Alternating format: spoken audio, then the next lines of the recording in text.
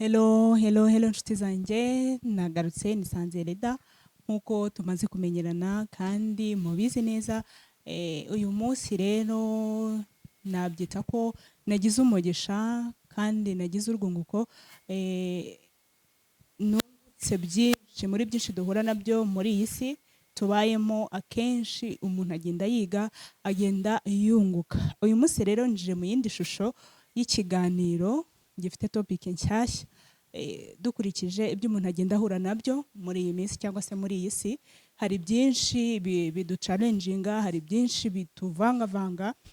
Nakomeje gutekereza rero hari topic nshaka ko tuzajya tuganiraho uko ubushobozi bugiye bubeneka cyangwa se ko bizagenda bikurikirana. Topic ivuga ngo nkomeza ngukomeze. Uyu munsi rero nkaba nagize umugisha, nkaba ndi kumwe n'umutumirwa ngo umusore mwiza cyane, namwe murubuze kubibona. Turakwakiriye rero kuri microphone za Sanze Eleda. Karibu cyane. Kantu ko bwiza utambitse amusabariya. Niko keza cyane, ntabwo uri mwiza se? Turi beza sike. Turi beza twese kubera Imana. Turi beza mu shusho y'Imana, kubera Imana niko yaturemye, niko muri bibiri. Oya turi nabeza mu busanzwe rega. Uraho cyane cyane. Ya ndishimye kuba muntumiye hano kuri Sanze ese shaje cyane wayise kubita mu mazina yawe. None nari kubigenza nte? Umunyabwenge kabisa. Niko bigomba kugenda. Kumbe burya. Witwa Sanze Eleda na chano ni Sanze Eleda. Oya amazina yanjye nitwa Nyirandabasanze Eleda. Nyirandabasanze. Yego. Wayise ubihina. Narabihinnye kugira ngo nanjye bikora Imana Emmanuel ngo ni Bikem. Wabyumvise rero ko niwe wantanze kumenya ubwenge. Nitwa Sanze Eleda rero. Yes, nitwa bikora Imana Emmanuel, ndi umusore ushima Imana, ndi umukristo. Yego. Mbiremera nanjye wago ndahatuye kandi ntanzo nkafite. Combitse Remera, imyenda yanjye nyibika hano nyine hano mu Gihogere. Noneho nkora umwuga w'umuziki. Okay. Ndetse n'itangazamakuru rya Gikristo. Nkorera kuri Evangeliser Monde TV. Okay. Baze kwisacinga barayibona rwose. Ibiganiro bicaho bihumuriza imitima ya benshi kandi bifasha benshi, ndabyizera ko nanjye njye mbibona. Nawe ujye ubibona. Yego. So ndishimye rero muri uru rugo umuntu miyemo kandi ndabizi ko biza kugenda neza. Nizeye ko tuza kugirana ibihe byiza. Mwabyumvise rero ko turi kumwe n'umuntu usobanutse. Hanyuma rero hari topic cyane cyane ko ari wowe mutumirwa wa mbere tugiye kwitangirana mbakora umugisha nagiriwe. Topic uvuga ngo nkomeza ngukomeze. Nkomeza ngukomeze. Ubundi mu Kinyarwanda cyo bakita igikorwa ngirana. Harya ibyo nabyize mu wakanga. Barya ni bari reciproque donc ni nko gusangira. Sibyo kuba utari kurya wenyine. Hari undi muntu ushobora kuba wamaze kubyumva. Hari undi muntu muri gusangira. Ni ukuvuga ngo ariko ubwenge we. Ko bungana kose urabuze. Ashaka ko harimo nka 2 cyangwa 3. Iyo topic nkomeza ngukomeze. Nindangiza ngukomeze. Dukomezanye muri make. Nyine ushobora guhita ujyamo ukibaza. Ese umuntu wakomeretse ashobora gutanga ihumure? Yes. Aho ni ushobora kubyibaza cyane. Kuvuga se umuntu wakomeretse ni gute ashobora guhumuriza undi? Ni gute umuntu wakomeretse ashobora gukomeza undi muntu? Yego. Kuko muri twese nta muntu buryo butarakomeretse. Buri wese agira ibikomere bye. Buri wese agira ibikomere bye ku musaraba, buri wese akagira inzira ye. Ariko se nkawe turi kuganira nubwo rero wantumiye ubu rero ufite ibibazo watumiye umunyamakuru. Nicyo kibazo ubundi buze guhura nacyo bavandimwe, ariko nzi neza ko ari buze kunshyiramo imiyaga. Ikiganiro niba kitaza kuba mpangara guhangare simbizi kuko urajya umbaza nanjye nkubaza. Ndajya nibagirwa akubunyamwuga kazemo. Nta kibazo nanjye niteguye gusubiza. Wowe utegura iyo topic ya nkomeza ngukomeze. Wifuzaga ko society izaboneramo izihe nyungu cyangwa ibi bisubizo? Niki cyaguteye ishyaka ryo wangoreka nza n'umurongo w'iki kintu? Kuko reka tunabisobanure cyane kubera ko ari ikiganiro cya mbere ugiye gukora kuri iyi nsanganyamatsiko. Ni ikiganiro cya mbere cyangwa se topic cyangwa se amakuru mashya. Impamvu rero naricaye ndatekereza ndavuga ngo muri iyi si cyangwa se icyo societe nyarwanda ndetse no hirya yayo ni iki bashobora kunguka kuri iki kintu. Impamvu nabitekereje cyane nibutse cyangwa se nanjye ubwanjye nihereyeho, kuko hari igihe umuntu ahura n'igikomere, yego, wahura n'igikomere ukumva birarangiye, sasa ukavuga uti ubuzima bwanjye naha burangiriye, ukibagirwa ko nyuma yo gukomereka ushobora gukomera. Yego, yego, nyuma yo gukomereka cyane rwose, nyuma yo gukomereka burya hirya yabyo ubuzima bushobora kongera gutangira kandi bugakomera kurenza cyane rwose. Yego, nicyo rero abantu benshi bazungukiramo, wikwiheba, wikumva ko ubuzima wakomeretse byarangiye kandi ugihumeka. Yego, ndahari ngo gukomeze, urahari ngo nkomeze, hanyuma tuzamurane dukomezanye. Niyo mpamvu rero cyangwa se niyo ntego. Uziko muri ubu buzima iyo hariho ibibazo, mfite ibibazo bindemerereye, yego, nawe ufite ibyawe, akaba atari nyenyine uvunwa nabyo, ahubwo mfite abo dusangiye iyo mitwaro. Uziko bituma mworoherwa kandi ibyo bibazo mutabituye. Ni ukuri kose mutabituye, ukumva ngo byarangiye kandi biracyari uko byakabaye. Umugore yigeze ahura n'umugabo, bose nyine batandukanye. Umugore yari yapfushije umugabo muri iyo minsi, n'umugabo yapfushije umugore. None asanga ari kurira. Ese wa mugore we kurira, reka tumaze iminsi mbuze umugabo, tuweze kutameze neza, nanjye maze iminsi mbuze umugore. Noneho ahita agira ikintu cy'ihumure yiremyemo, burya hari abandi bapfushije. Uri kumva, ahita yumva atari wenyine. Uri kumva, ubundi gukomera warakomeretse, warangiza ukajya komora abandi, ni ubutwari. Urakoze cyane. Aba ari ubutwari bukomeye, kuko ubundi umutima w'umuntu wakomeretse akenshi wawuzuyemo complexe, wawuzuyemo agahinda, wawuzuyemo amaganya. Ariko turaza no kuvuga muri iki kiganiro n'abantu bagira uruhare mu gukomeretsa abandi babishaka. Abantu bagira uruhare rero mu gukomeretsa abandi babishaka.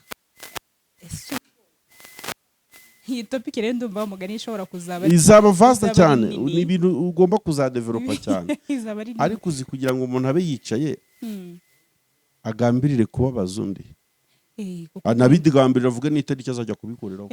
Uzi ko hari abantu bapulaninga ibyaha, akabigambira akavuga ati ngewe uriya muntu ndifuza kumubona rimwe ubu buzima bubi kuri uru rwego, agafata n'umwanzuro. Kure rero hari akantu nibutse, hari akantu maze iminsi mbona kari gutrendinga kuri WhatsApp.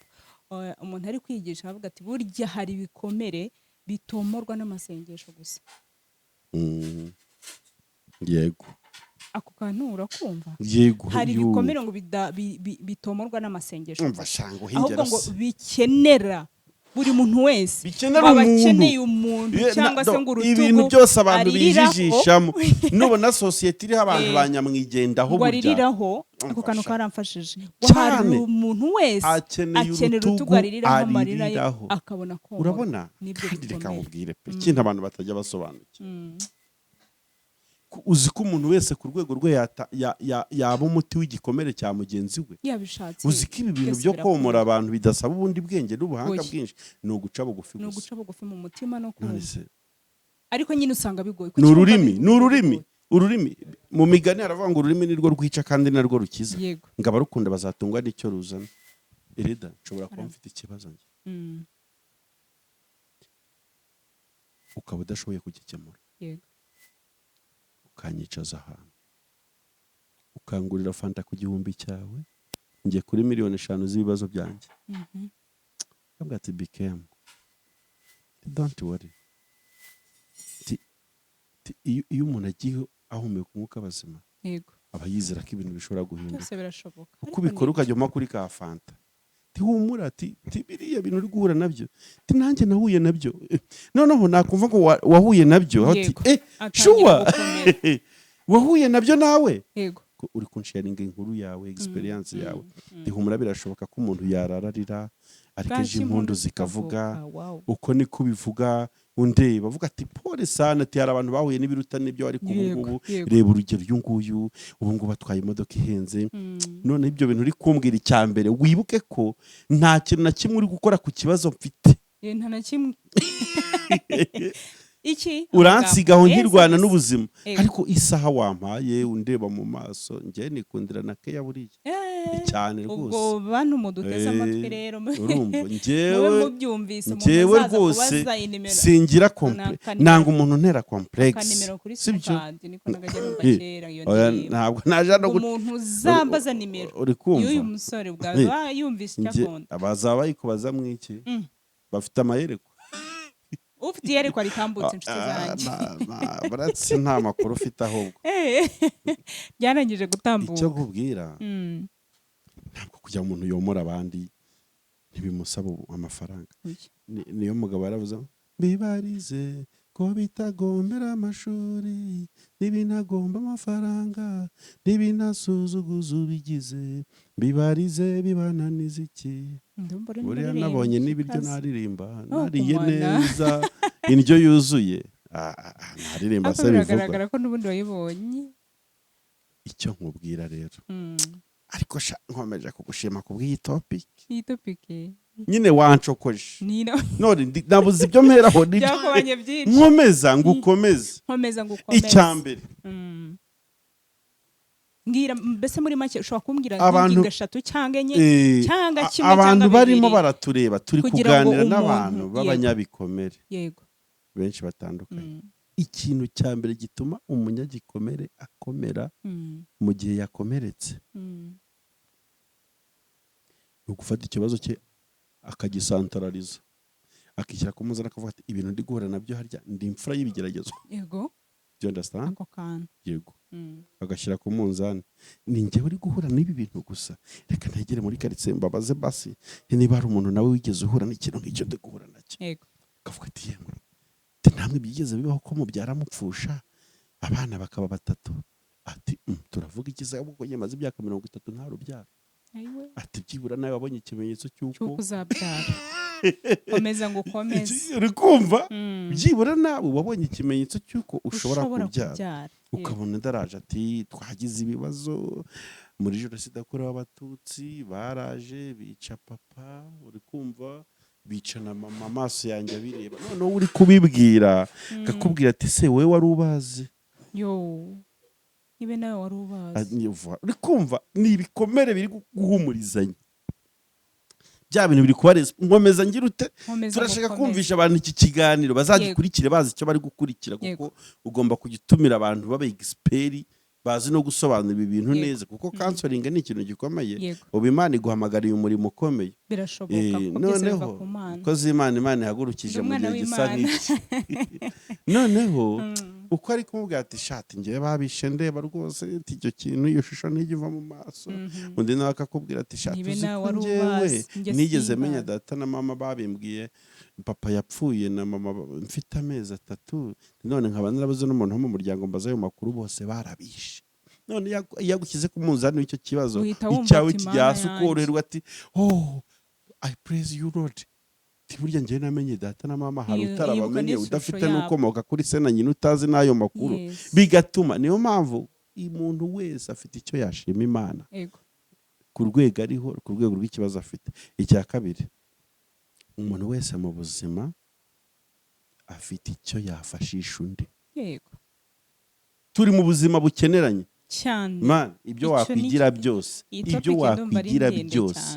ukeneye umuntu ukeneye umuntu nimba ubaho ubuzima bwawe wenyine ukumva uranyuzwe urabeshya niyo mpamvu wasize so na nyoko urumva wowe reda ugasanga uriya mugabo wari ukeneye nde umuntu nawe yari agukeneye mu bijyanye n'urushako rero nubwo tutarashaka twe hari igihe umugore ajya yidunda cyangwa umukobwa muri sosiyete akibwira ko bamukeneye gusa we ntawe akeneye turakeneranye uko ni ukwishuka turakeneranye uko byamera kose kuba wararongowe ntabwo ari amahirwe y'umuntu umwe amahirwe y'abantu babiri iyo uguma mu rugo nibyo byari kuba bibi kuri wowe yego sibyo uriya mugabo wawe mubana yaje agukeneye cyane ariko ntibigushyira kuri standard yo kumwishyiraho hejuru kuko waje ukenewe ngo wumve wari umukene nuko ari wagutanze kubivuga. Birashoboka cyane cyane ko hari nabusanga abakobwa barabivuze bakideklara cyane rwose. Bivuze ngo rero turakenera nyine ako kagero nguhereyeho ku rugo wenda rwawe kuko wubatse turi kuganira nakantu kakumvisha ko umuntu wese akeneye undi. Ni nakorera umuntu wakomeretse. Ahubwo umuntu ugukeneye arakubona. Nje hari umuntu ugeze anyandikira message afite igikomere gikomeye kabisa. Arambwira ngo wanyemerera ukampa isaha imwe. Sibyo kubera ko nge nkunda gukora ibiganiro bicukumbuye cyane kuri YouTube. None yumvise ukuntu nganira aravuga ati wazampa isaha imwe ukambwira amafaranga najya nkwishyura buri minota 5 ariko ukampa isaha imwe yo kukuganiriza ku kibazo mfite. Yego. Yari afite igikomere ariko gikomeye. None yarangiza ngo akananyishyura. Uzi ko mu bantu hari abantu bakeneye ko tubaha igihe gusa kugira ngo bakire, kugira ngo bomorwe, badusaba igihe gusa. Urumva yashatse no kubyishyurira. Aho ngaho niho ngiye kukubaza ngo ese umuntu agukeneye arakubona? Ese umuntu ibyo agukeneyeho urabimuha? Ibyo akwifuzamo nibyo umuha? Kuko hari n'igihe umuntu agukenera ariko akakubonamo ikinyuranyo cy'icyo yari yiteze. Noneho rero ikindi ikintu uvuze rero kiranakomeye cyane. Uzi kujya kureba umuntu ushaka kumuruhukiraho ahubwo kuri ayo meza mwari mwicayeho ukavana imiruho yikubye 3. Nicyo nari mvuze. Biragoye muri iyi wowe uje kureba umuntu wati mana yanjye baramundangiye ndabihuza wenda nibyo njya numva biba mu nsengero zimwe na zimwe ariko z'abakozi batarabimana ba satani babeshya ko bakorera Imana. Kubona nk'umugore mwiza agiye kora pastor barakundangiye kusengera abantu ibintu bikagira gute bikagenda neza bigakunda. Ati se ufite ikibazo njye simbyara nabuze urubyaro. Ati ibyo ngibyo biroroshye ku Mana. Noneho kugira ngo amusengere ngo abyare ahubwo akamusaba ko baryamana. Yaje aje gushaka iki? Urubyaro. Kandi yaje ku muntu azi ko agiye kugira kuruhukiraho. Bagafata umwanya kudevelopa kari akantu wari uvuze. Yaje azi ko agiye kumuruhukiraho. Noneho uwo agiye kuruhukira akongera agakuba 3 imiruho yari afite akaba ari cyo kintu amukorera. Aramusambanije nta rubyara amuhaye n'ubundi amuhaye sida nta nkomeza amuhaye. None wa wundi uzi ikintu abamukoreye ni yicarubozo. Ngiye niko nabi. Yego ni nk'iyicarubozo. Ngo wa wundi noneho agize kutabyara, agize violence nk'iyo, agize nyuma yuko atabyara none hagize na sida. Urumva umutima ikintu awukoreye uwo muntu ni yicarubozo. Please ni yicarubozo. Turahita tubaza abantu badukurikiye. Yego. Abantu batugana baje kuturuhukiraho nibyo babona bararuhuka koko. Vuze kano keze wigurire fanta nogera mu rugo ndaza kuyinywa. Abantu baza baje badukeneyeho kuruhuka Reyo Roma tubafasha kuruhuka cyangwa tubongerera imiruhu. Uyu n'umukoro turi umuntu wese udukurikiye. Yego n'umuntu wese udukurikiye kandi ni inshingano zanjye ni inshingano za buri muntu wese ngo atange ihumure. Nta muntu utatanga ihumure, nta muntu utafasha umunyabikomere. Uzi ko dufite ingero z'abantu bagiye bakomerekera mu nzu y'Imana. Aho nibo benshi kandi kwa Yesu bahita kwa karuhura. Aho rwose iyo topic yo yazaza. Ubwo rero iyo topic yawe ndashaka kuzongeramo akandi kantu kavuga ngo ibikomere byo mu rusengero. Ikazaza ari ni sub branch ni sub cyangwa uzaza mu kiganiro cya kabiri abari byo tuzaganiraho. Nitwongera kugira umugisha wo kuganira ni gute navurwa nakiri igikomere cyo mu rusengero. Tukanibaza abantu benshi bavunikiye mu rusengero. Tukanibaza ese koko mu rusengero bahanze ubwira mu rusengero akakubwira ati jyayo wenyine kwa babe skoro. Ese wowe Eleda hari ikintu mu gihe umaze muri uyu murimo w'Imana ko nzi ko uri umukristo hari ikintu kigeze kigukomerekereza mu nzu y'Imana ukavuga ati Mana yanjye nuko nakijwe ariko ubundi yaba kubwo uvuga ati ku myaka mfite winda yaba ari umuntu mwahuye yaba ari iki ku myaka mfite ni myinshi umugani ko nakuze ndi umukristo niko navuga kuko navutse nsanga mba mu rusengero cyangwa njya gusenga cyane njya aho bateranira bavuga Imana ku myaka yanjye mfite myinshi rero ntabwo naba ntarakomerekera mu rusengero ntabwo bishoboka no kujya udufasha abantu badukurikiye yego ntabwo za kumansiyona muri rusengero ahubwo ndashaka kumbwire situation nukuvuga byari biteye ute nukuvuga ngo ahantu hariho hose tubyumve neza ahantu ahariho hose wahakomerekera kuko ntaho Satani atageze imyambi cyane rwose ntaho Satani atashyikira ngo ntaho turagera atabasha gutera ibuye aho waba uri hose rero wahakomerekera mu rusengero wahakomerekera kuko abaza n'abantu nkawe ugiye kumfasha muri iki kiganiro nahakomerekeye rero ku kintu kijyanye n'uruvugo yego muri make naho ukavugwa na bene so hari habaye ikise reka vuga ibintu mu mazina kuko ndashaka ko dufasha abantu ubu ngubu wabaye umunyamakuru ndashaka ko dufasha abantu wangiza umunyamakuru ntabwo ndi bugushobora ndashaka ko dufasha abantu badukurikiye bumva ibintu turi bakuvuze wari wibye kwiba gusa se wari wagize ute watinze kubona urubyaro hari igihe umugore atinda kubyara aba mu rusengero ukabona sosiyete iramwose kandi unatinze gushaka shatinze kubona bavugaga ibitari byo ra nyine nibyo se sibyo nakubwiye ko ibintu byose birya bavuga ko isatari batari ese umukobwa bavuga ko yatinze gushaka ryari ntabwo mbizi biterwa n'ugena none se babirebaga par rapport abo mwabyirukanye nyine nibyo nkubwira ngo umuntu ashaka yagukomeretsa ese wowe wemera ko watinze gushaka ku giti cyawe burya hari ikintu dukwiye gusobanukirwa muri sosiyete tujye dutandukanya abantu bari kutuvuga by'amagambo n'abari kutuvuga by'ukuri njyewe uyu munsi umuntu aramutse aje kuri televiziyo akansesengura akavuga ati uriya mubyibuho wa Bikem koko ukuntu tubona byibuye ubu nakwihandagaza nkajya kuvuga ati wimbeshyira ndi kamaneke ndi umusore ukiri muto simbyibushye umuntu waza akavuga ko mbyibushye uwo nguwo ntabwo aba ari kumvuga ahubwo aba ari gutangaza ibiri byo abari gutangaza ibiri byo dukwiye kujya nubwo ibintu ari gutangaza nta bimutumye nta muhaye n'itangaza ajya kuntangira ahubwo ari gukora akazi kamuvuna kuko atazagahemberwa ariko ubundi busanzwe umuntu wahagara kuri televiziyo akavuga ati Bikem ni umusore ubyibushye njyewe mbabona natazi ibiki n'ibiki icyo gihe ntiyaba ari kumbeshyira kuko ndabyibushye ntabwo nagenda avuga ati kuki wamvuze none se wavuga ngo umuntu yatinze gushaka ushingiye nyine naba nkubaza gutinda gushaka ni gute kwanjye n'urugero kuri bya bindi wavuze rega nibyo ruja kwimbaza bajya babimbaza ngo kuki natinze gushaka kandi bakana ariko ntabwo binkomeretse kubera urabona ikintu cyo gushaka ni amahitamo si n'itegeko nta tegeko ry'Imana riza ahantu umuntu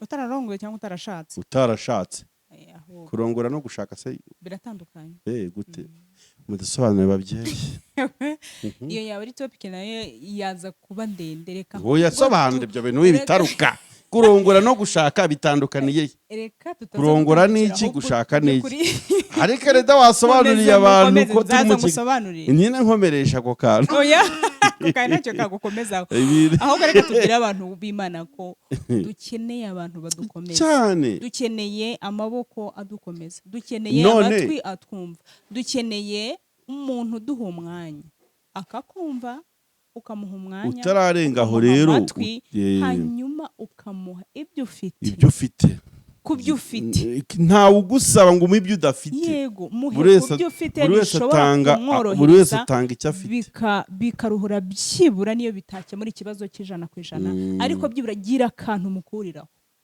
umutwaro yari afite tutaravaho witwaye ute mu icyo gikomere cy'uruvugo cyo kuvugwa wagisohotsemo ese abantu bishimye ari uko ushatse bishimye ari uko nshatse hanyuma bahindura amagambo aho ntiwashatse kubera babivuze nashatse igihe cy'Imana kigeze.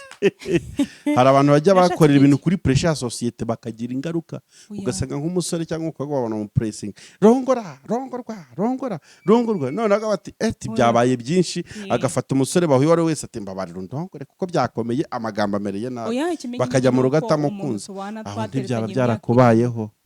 Kandi ko ubuhamya twakundanye imyaka 7 wari uri kumwiga siko njya numva kugira ngo tubane urumva rero ko ngiye nta gikomere 7 none ibyo babivugaga wibereye mu munyenga w'urukundo. Ngewe nibereye mu munyenga nta makuru nabaga mfite nabwo agati Bizimana bizi nanjye kuko nafite ibanga. Urumva ko iyo topic y'ibikomo byo mu rusengero tuzayidevelopa niba mpamvu nakubwiye ko ushaka ko tuyivanga kandi ari topic ukwayo turi ku ijambo rivuga ngo nkomeza kuri bakomerekeye mu rusengero baba bumva badakeneye kongera guterana. Wamubwira guterana rwose akubwira ati no mu rugo ndaterana bikemera kandi akabari ko ngukanya twarobanuye imingingo imwe turi kureba noneho umuntu wakomeretse ashobora gukomeza undi nibyo tukiri kuganiraho nkomeza ngira nkomeza ngukomeze ni ukuvuga ngo ku gikomere wahuye nacyo hari undi muntu mushobora kuganira ukamubera ihumure uko waba umeze kose waba warakomeretse gukomeza abandi warakomeretse yego kwerekeza ku musozi rero ni iki cyangwa se muri iyi topic ni bihe bintu 2 cyangwa 3 umuntu ashobora gufatamo muri iki kiganiro akavuga ati ntuye ibingibi. Urakoze cyane reka wenda bari byo dusorezaho tutabigira birebire ntibabirebe dore abantu nabo babaye abanebwe ntibagikundi cyane rwose ibirengeje 30 ubwo biba byakomeye. Ikintu cya mbere umuntu yakora muri iki kiganiro igice cya mbere nkuko tumaze kukigirana icya mbere n'ubundi no kubwira abantu ngo pole yego turi gukurikirwa n'abantu benshi b'ingeri zitandukanye bafite n'ibikomere bahuye nabyo bitandukanye. Umuntu wese uri kureba kino kiganiro afite ibintu byamubabaje byamuhangayikishije ushobora kuba arabuze ababyeyi ushobora kuba utaragize umugisha wo kumenya ababyeyi ushobora kuba nta muvandimwe ugira ariko ni ukuri umuntu ufite ikibazo cyo kubura abavandimwe we nanjye nyandikire mubere umuvandimwe yandikire Lida mubere umubyeyi uri mama w'abana ushobora no kongeramo n'abana b'amahanga n'abandi bana badukurikiye nabo bashaka kugira ubuntu bita mama kajya guhamagara ati n'ukuri kose umusore uri kutureba niteguye kuguha icyo mfite niteguye kuguha kubyo mfite ibyo numva mfite bishobora kuruhuraho gatoya niko navuga kuko kuruhuraho byose biba bigoye ariko hamwe n'Imana ndetse no gusenga nizera ntashidikanya ko ibintu byose bigenda bikemuka niko kwizera kwanjye kungana. Umujene udukurikiye adafite murumuna we adafite mukuru uvuga ati ariko nanjye nabona umuntu yita Garafre nawe nyandikiye ambwira ati wambereye bro ajya ngisha inama avuga ati ko nawe n'ikibazo nk'iki ngiki sinshoboye kugikora ariko ndakubwira ati kurucya nubwo ubuzima dukwiye kubamo abantu nabo bantu dukeneye. Icya mbere rero tubahaye pole icya kabiri tubemerera ubufasha bwo kuba bahafi abo bavandimwe nawe akavuga ati disi nanjye mfite umuntu twiziranye umbaza ngo bonjour umbwira bonsoir umbwira good night ariko ibyo bintu ubundi kose ukuntu biryoha uzi ukuntu biryoha. Iyi topic ni ndende ubu hari igihe nzakikubaza gute kandi ntawe ufite nzakikubaza gute kandi ntawe ufite ubu hari umwihariko nzazana komeza ngukomeze kuba mu bantu hanyuma numva ukuntu babigenza nyine ubwo uzazana undi utari njye abatumirwa ni benshi nzakikubaza none ndikumva wovuye njyewe nkura aho ngaho njyewe abatumirwa ni benshi cyane. Icya mbere abo bantu tubahaye pole. Icya kabiri inzira ya mbere yo gukira igikomere ntabwo ari ukwibagirwa ibyakubaye oya